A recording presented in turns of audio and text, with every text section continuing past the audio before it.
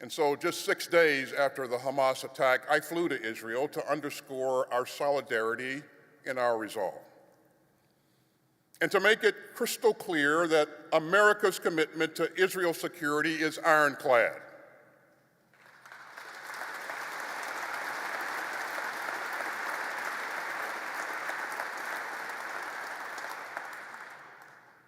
And so we have rushed U.S. security assistance to Israel to help it defend its people and its territory,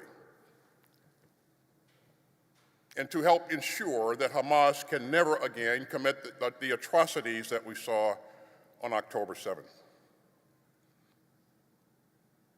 U.S. leadership has helped in the release of dozens of hostages, and we will continue to do everything that we can to help secure the release of every man, every woman, and every child seized by Hamas, including American citizens.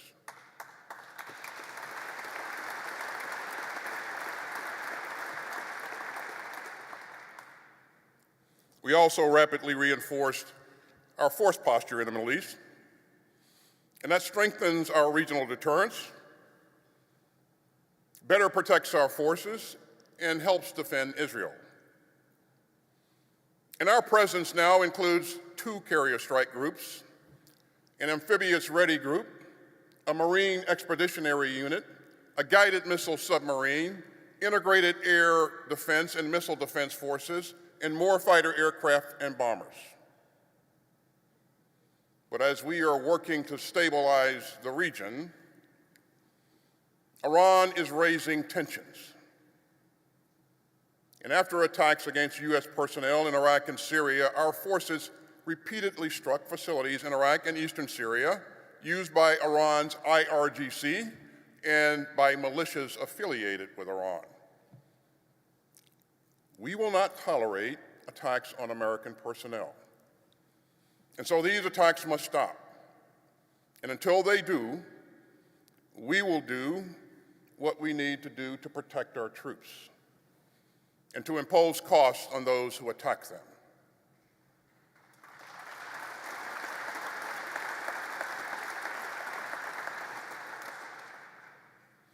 Now, Israel is in a hard fight against a cruel enemy in one of the most densely populated areas on earth.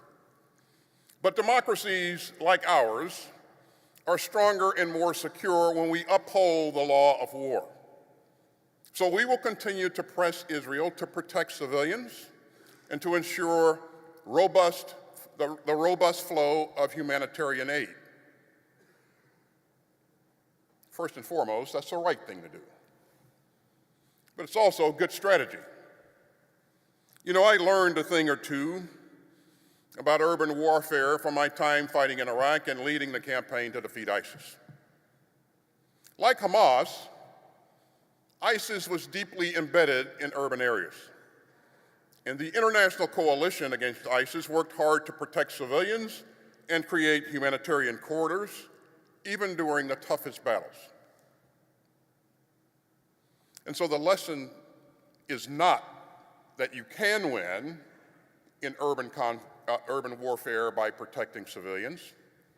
The lesson is that you can only win in urban warfare by protecting civilians. You see, in this kind of a fight, the center of gravity is the civilian population.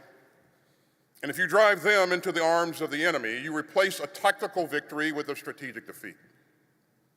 So I have repeatedly made clear to Israel's leaders that protecting Palestinian civilians in Gaza is both a moral responsibility and a strategic imperative. And so I've personally pushed Israeli leaders to avoid civilian casualties and to shun irresponsible rhetoric and to prevent violence by settlers in the West Bank and to dramatically expand access to humanitarian aid. This week, a U.S. Air Force C-17 airlifted more than 54,000 pounds of UN medical supplies and warm clothing and food to the people of Gaza. And we expect more such flights in the days ahead. And so, 2 things are true.